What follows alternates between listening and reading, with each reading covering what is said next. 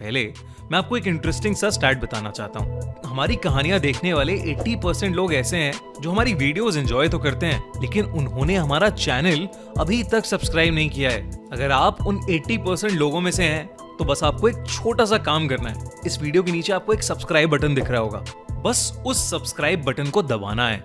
बस इतना सा काम करना है आपको, और लगे हाथों बेल आइकन भी प्रेस कर देना, ताकि हमारी लेटेस्ट वीडियो आते ही आपको सबसे पहले पता चले।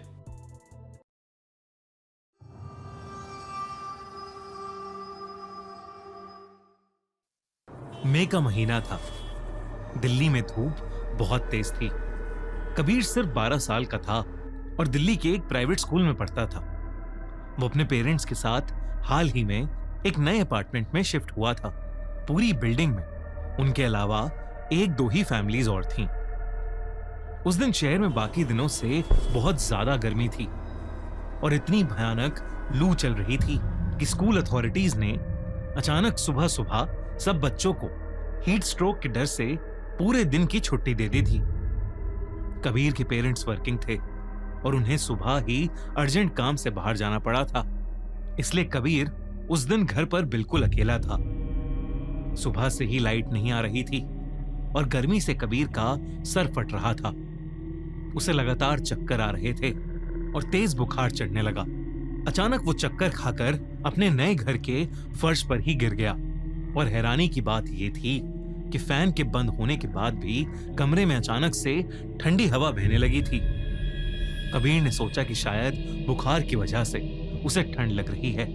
उसकी आंखें धीरे धीरे बंद हो रही थीं और तभी उसकी धुंधली नजर उसके घर के अंधेरे कॉरिडोर पर पड़ी। उसे फर्श पर खून में सने पैरों के निशान दिख रहे थे। घर की दीवारों से अजीब सी डरावनी रोने और चिल्लाने की आवाजें आने लगीं। कबीर की सांसें अब भारी हो रही थीं और वो आवाजें उसके कानों में गूंज रही थीं और उसकी नजरें कॉरिडोर के उस कोने पर टिकी थीं जहां उसे अब एक काला साया दिख रहा था। तभी अचानक कॉरिडोर के अंधेरे कोने से उसी के उम्र का एक बच्चा बाहर चल के आने लगा। कबीर तेज कांपने लगा और कर्राने लगा। उस बच्चे का चलने का तरीका बेहद अजीब था, मानो उसकी शरीर की हड्डियां टूट चुकी थीं, जो चलते वक्त अजीब सी आवाज कर रही थीं। उसके पैर जमीन पर पूरी तरह नहीं टिक रहे थे। हर बढ़ते कदम के साथ वो बच्चा गुर्रा रहा था। जैसे ही वो बच्चा लिविंग रूम की रोशनी में आया, कबीर की रूह कांप गई। वो बच्चा कोई आम इंसान नहीं था। उसका चेहरा नीला पड़ चुका था, मानो उसका खून जम गया हो, और उसकी आंखें बाहर की तरफ आ गई थीं। उसका पूरा शरीर सड़ चुका था और उसके गले के पास भयानक नीले और काले निशान थे। वो बच्चा कबीर के पास आया और उसने अपना बर्फ से भी ज्यादा ठंडा हाथ कबीर के माथे पर रख दिया। जैसे ही उसके बर्फीले हाथ कबीर के गर्म माथे पर लगे, कबीर का दिमाग मानो सुन्न हो गया हो और उसकी आंखें बंद पड़ गईं। कुछ देर बाद घर का दरवाजा खुला और कबीर के पेरेंट्स थके हारे अपने काम से वापस लौटे।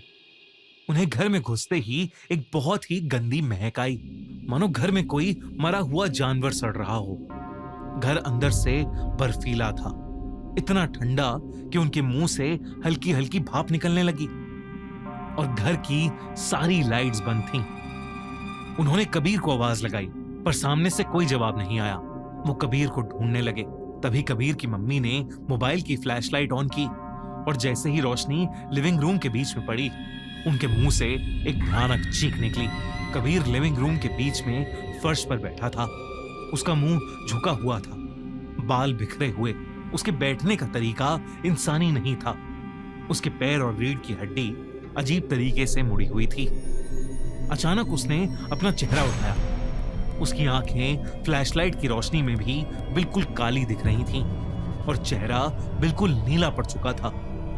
वो अपने शरीर को अजीब तरीके से झटके दे रहा था और उसके मुंह से किसी जानवर के गुर्राने जैसी आवाज निकल रही थी। कबीर की मम्मी उसे इस हालत में देखकर रोते हुए आगे बढ़ी, पर उसके पापा ने उनका हाथ पकड़कर उन्हें पीछे खींचा। उन्हें समझ आ गया कि उनका बेटा किसी भयानक साये के कब्जे में है। उसके पापा ने जोर से कबीर का नाम चिल्लाया तो वो और जोर से गुर्राने लगा। तभी एकदम से फ्लैट की दीवारों पर लगा नया पेंट अचानक पिघलना शुरू हो गया। नए पेंट के नीचे से पुरानी काली दीवारें उभरने लगीं। कबीर फर्श से उठा और अपनी मम्मी की तरफ देखता हुआ सीधा भागकर दीवार में जाकर घुस गया। उसका सर दीवार पर इतनी जोर से लगा कि वो बेहोश होकर नीचे गिर गया। उसकी मम्मी से रहा नहीं गया और वो उसके नीचे गिरते ही उसके पास भागी। उसके सर से खून बह रहा था। उसकी मम्मी रोने लगी। उन्हें समझ नहीं आ रहा था कि उनके बेटे के साथ ये क्या हो रहा है। तभी कबीर की आंखें खुली और उसने बगल में बैठी अपनी मम्मी के बाल पकड़कर इतनी जोर से खींचे कि उनके बालों का एक गुच्छा सर से अलग होकर कबीर के हाथ में आ गया। उसकी मम्मी चीखती हुई उससे दूर भागी।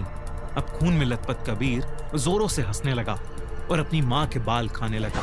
वो दोनों को एक अजीब ढंग से घूर कर देख रहा था। उसके पापा गुस्से में उसके पास गए और उन्होंने उसे एक जोर का थप्पड़ मारा, लेकिन वो तब भी हंसे जा रहा था। उसने हंसते हंसते अपने पापा को इतनी जोर का धक्का दिया कि वो दूर जाकर जमीन पर गिरे और उन्हें बहुत तेज चोट लगी। कबीर इतना ज्यादा खौफनाक लग रहा था कि कबीर के मम्मी पापा के रोंगटे खड़े हो गए थे। कुछ देर तक वो डर के मारे वहीं खड़े रहे। दोनों की आंखों से आंसू रुक नहीं रहे थे। उसके मम्मी पापा ने भगवान का नाम लिया तो कबीर उन्हें गंदी गंदी गालियां देने लगा।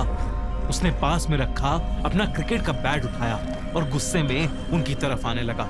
कबीर के पापा ने देरी ना करते हुए उसकी मम्मी को मदद के लिए घर से बाहर भेज दिया। कुछ देर बाद जब वो अपने बड़े भाई और एक पंडित के साथ वापस लौटी तो उनके होश उड़ गए। पूरा घर तहस नहस था। कबीर और उसके पापा दोनों बेहोश पड़े थे। पंडित ने घर में कुछ मंत्र जपे और फिर कबीर की मम्मी से कहा कि वो कबीर और उसके पापा दोनों को जल्द से जल्द हॉस्पिटल ले जाएं।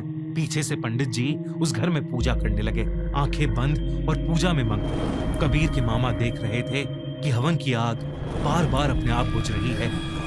पूरे घर में एक छोटे बच्चे की दर्दनाक चीखें और गुर्राने की आवाजें गूंज रही हैं। अचानक पंडित जी ने अपनी आंखें खोली और उनसे कहा कि ये घर अभी छोड़ना पड़ेगा, वरना वो शैतान बच्चा किसी को नहीं छोड़ेगा। वो लोग फौरन उस घर से निकल गए। अगले दिन जब घर के ब्रोकर पर प्रेशर डाला गया तो उसने सब कुछ उगल दिया।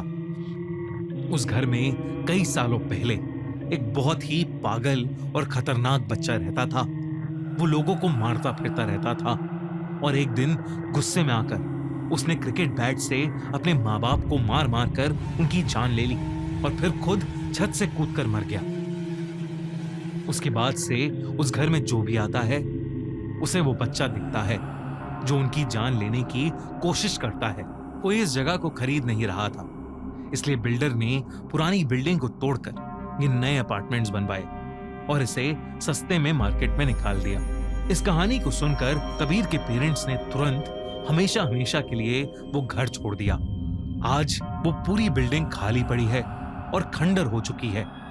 दिल्ली की एक पॉश लोकेलिटी में सिर्फ एक घर ऐसा है जिसके आसपास भी कोई भटकना नहीं चाहता। दोस्तों, अगर आपको अपने शहर की कोई हॉन्टेड जगह पता है तो हमसे कमेंट्स में उसकी स्टोरी जरूर शेयर कीजिए। क्या पता अगली खूनी मंडी की स्टोरी आपके